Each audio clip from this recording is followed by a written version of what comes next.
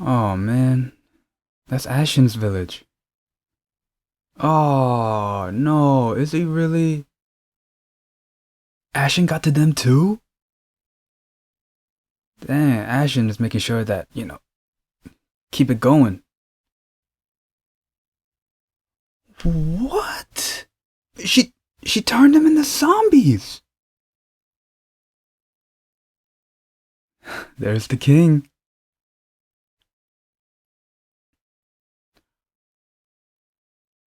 The physician. So that's how he got the flower. Wow. This was good. Really good. Yo, I just got done watching the special episode. I mean, look at this. I wrote a lot of stuff down. I even got little side notes, man. I try to make sure that I talk about almost everything. I don't want to leave anything out. This was good. This was a good prequel. Also, apparently we're getting another prequel. It's called Kingdom Crown Prince. It's going to be talking about the life of Ichang. So, yeah, guess we're gonna have to wait for season 3 even longer. Man, after watching this episode, it's making me crave season 3 even more. I know I'm not the only one, but anyway, let's get talking about the special episode. Also, if you see me looking up and down a lot, again, I just got done watching the special episode and, I didn't want to rehearse. There's no point in rehearsing. Just talk it. Just let it all out, pretty much. So at the beginning of the episode, we're getting an introduction of the 3 groups, the Jurchens, the Pajeowis, and the Seongjeoyain. I apologize if I'm pronouncing these names incorrectly, but bear with me. It's basically giving us more info on what the situation is like after the Japanese invasion and why the Pajeowis and the Jurchens are basically enemies and the Seongjeoyain are pretty much in the middle between this whole thing. Then after that, we see a hooded character going inside the cave. We've seen this in the trailer and we see cave art. We see the flowers, we see a deer. Well, at first I wasn't really sure if it was a deer, but it is a deer.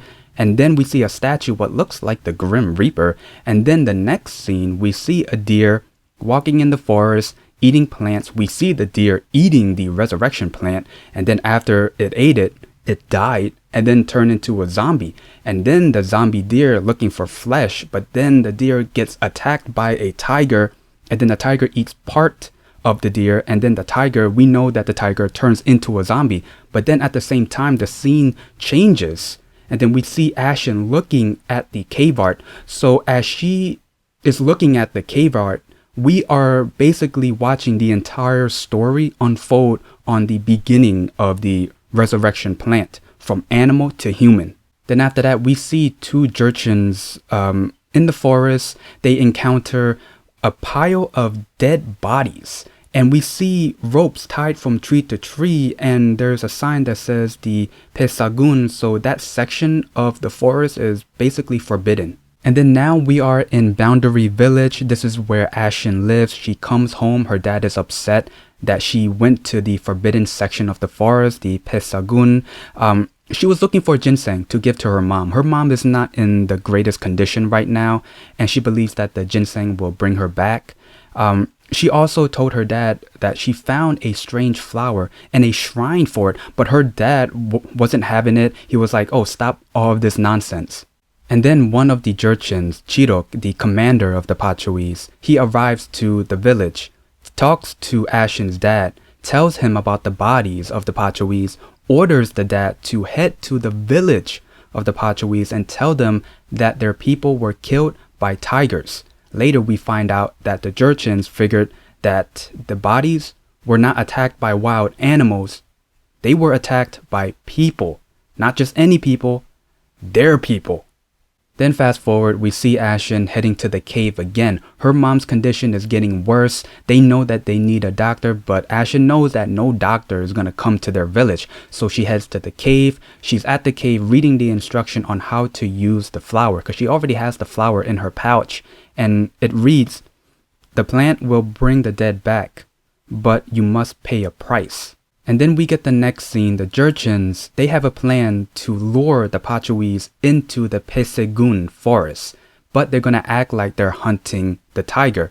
Then the group of the hunters, they were, continuing to shout, and then they encounter some noises. Come to find out, it was the zombie tiger, and then they get attacked by the tiger. One by one, they're getting killed. And then the Jurchens, they're ordering a retreat once they see a trail of dead bodies. And then eventually the main Jurchen group heads to an open field where they see 4 Pajeowis also heading to the same open field. And then now both sides are just heading towards each other. But then the 4 Pajeowis saw the tiger and then they attacked the tiger. 2 of them died. And then one of them got attacked. But then eventually Chidok killed the tiger. And then this is where we have a conversation between both sides. One of the Pajeowis says, "We were told that our people were killed by tigers." But then Chidok, he didn't really confirm it or even deny it. And that was the end of that scene. And now we're back at Boundary Village. This is where Aidagan attacked the village. They're killing everyone, man, woman, children. They're holding nothing back. And then Ashin comes home after the invasion. She sees the village destroyed. And then we see her looking at a pile of bodies being hung. I'm like, whoa, oh man, that was crazy. I'm thinking this is where the revenge starts, right? Get the flower, there you go. But no, Ashin heads to the military camp, the Chupajin, and she tells Chidok what happened and she wants him to avenge her father. Chidok doesn't really give an answer, but just basically let her sleep in a shed. And then this is where we see Ashin do chores. We see her learning how to shoot an arrow. And then eventually we get a time skip. When she was at the forest, she encounters a wild boar or a pig.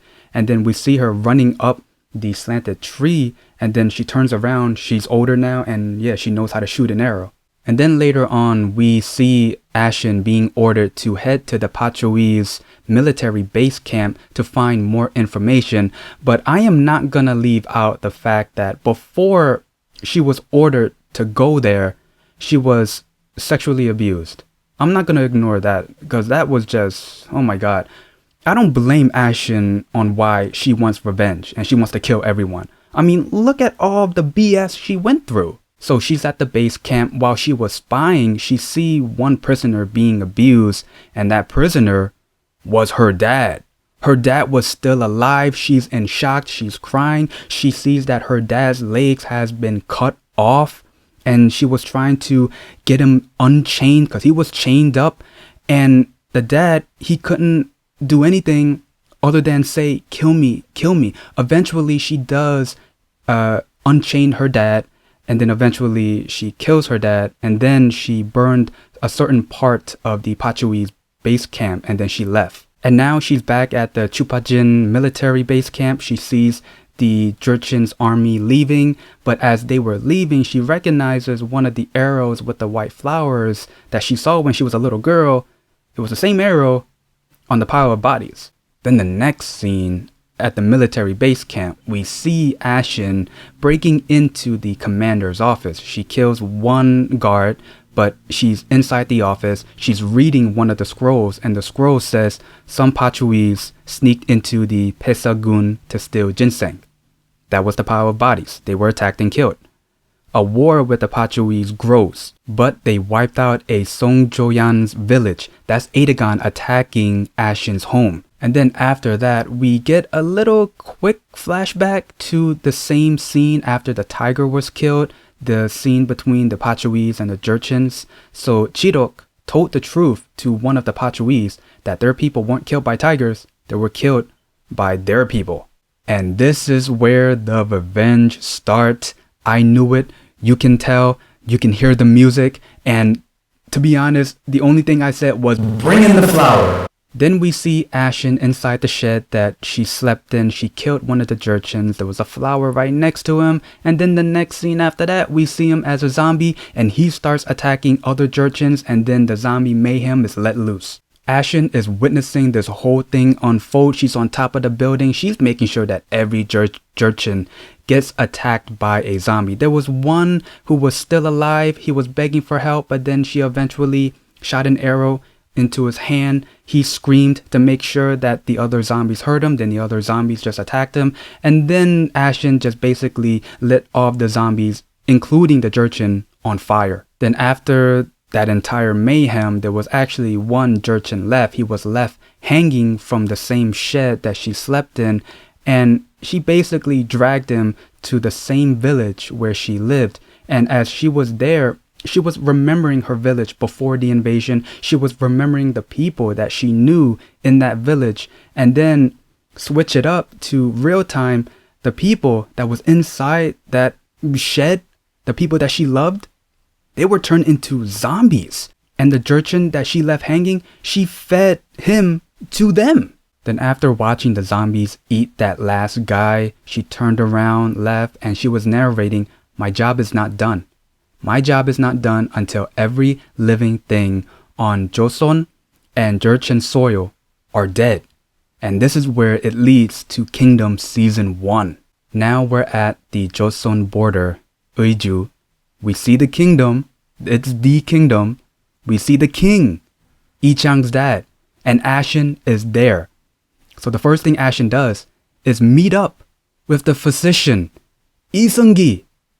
She met up with him, told him about the flower, told him how to use the flower.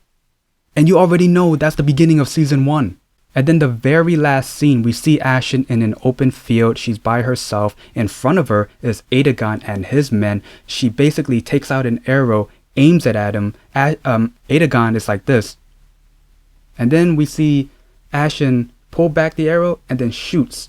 Now for Aidagan, again, he barely played an important role, but I really don't remember him if he was in Season 1 or Season 2. If he was, please let me know, because right now I really don't remember. So my impression on Ashin of the North, this was a good side story. This was a good prequel, giving us more information on who is Ashin, giving us a backstory on how the flower came to be, on why she's using the flower in the first place, on why she's distributing the flower because she wants revenge. And to be honest, I really don't blame her. I mean, think about all of the stuff that she went through mentally and physically. Again, I don't blame her. But when it comes down to her fighting against Lee-chang, I gotta go with Lee-chang, man. That's my guy. That's my dude. You know, I was okay with the whole people turning into zombies and that whole mayhem happened, I think, in the last half an hour of the episode. I was okay with that because remember, this is a prequel. And, you know, the zombie thing is not gonna happen instantly. So, again, I was okay with that. And apparently we have another spin-off, another side story. It's called Kingdom Crown Prince. So I guess we're going to get a backstory and more information on Lee-chang. To be honest, I'm okay with that. But that means we're going to have to wait for Season 3 even longer. Whenever that is. I know it's not being filmed right now. But I do want Season 3. So anyway, that was pretty much the gist of this special episode. If there's anything I might have missed, I don't think I missed anything. I don't think so. But if there is, please leave it in the comments below. Other than that, if you like this video, leave a like, comment down below, and subscribe. See ya.